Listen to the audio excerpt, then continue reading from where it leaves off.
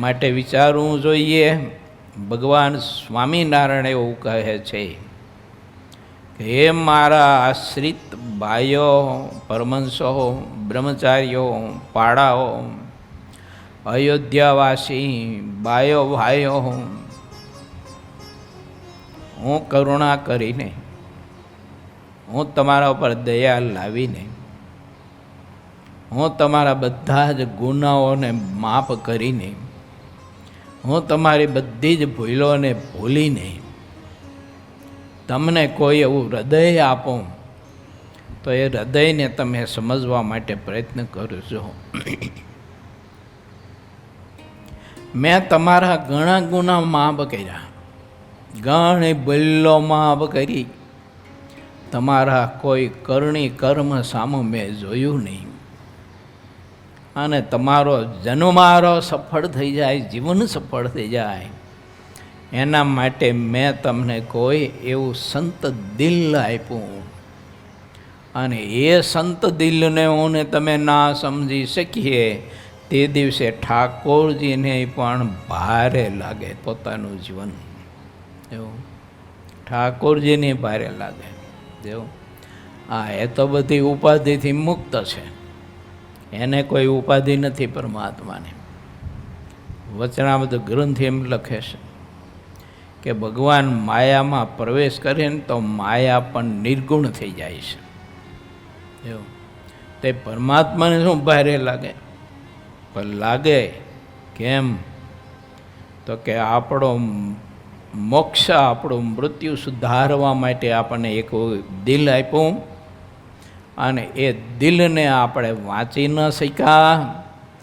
આપણી અજ્ઞાનતાને જ્ઞાન માની, આપણી મૂર્ખામીને ડાપણ માની, અને આપણી બાલિશતાને આપણે યુવા અવસ્થા માની, અને એની અવગણના કરી અને મોત બગડે, મૃત્યુ બગડે એવું માણસ જીવન જીવો, એવા કર્મ કર્યા, એવું વિચાર્યું, એવું ખાધું, એવું જોયું, એવું સાંભળ્યું, એવા પંચ વિષયોમાં આસક્તિ કરી, એવા પંચ વિષયો ભોગવા, એવા પંચ વિષયો મેળવવા માટે ન કરવાના ઘણા બધા શાસ્ત્રીય આજ્ઞાઓ અને વચનો ઉલ્લંઘીને, પોતાના હિતેશુના હૃદયની ભાવનાને ઉલ્લંઘીને ન કરવાના ઘણા બધા જ માણસે આવા કુકર્મ કર્યા. એટલે જાણી જોઈને માણસ દુઃખના દરિયામાં ડૂબકી મારે છે.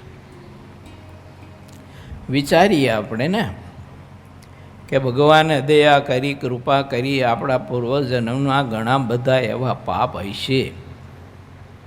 જો એની સામું જોવે તો એને સારો કોઈ મિત્ર ન મળે, સારો ભાઈ ન મળે, સારો બાપે ન મળે, સારી માય ન મળે. એવા ઘોર કર્મ હોય છે. એની સામું જોઈ જો પરમાત્મા મા બાપ આપે, મિત્ર આપે, ભાઈ આપે, બહેન આપે તો એ આપે ખરા, પણ દૈત્યો અને દાનવો જેવા આપે. ત્યારે આપણે વિચાર કરવો જોઈએ કે આપણને એવું સંત દિલ આપ્યું હોય, એવું એક દૈવત આપણને આપ્યું હોય તો એને સમજવા માટે પ્રયત્ન કરાય. મારા બાપ આપણી મનની માનેલી અને આપણી નક્કી કરેલી ઈચ્છાઓ પ્રમાણે આપણે ગમે તેમ છે ને કોઈ પણ રસ્તો પકડી અને ડોટ ન દીધા કરાય. કેવળ દેહના સુખને, વિષયના સુખને પ્રાધાન્યતા ન અપાય, આપણી ઈચ્છાઓને પ્રાધાન્યતા ન અપાય. આપણે પ્રાધાન્યતા આપણને પરમાત્માએ આપેલા દિલની ભાવનાને આપવું જોઈએ. એને સમજવા પ્રયાસ કરવો જોઈએ. પછી આપણને એની આજ્ઞામાં, એની મરજીમાં કંઈક સંકલ્પ થાય છે એ તો હારી બહુ નબળાઈ કહેવાય આપણી. એવો સંકલ્પ આપણને કેમ થાય?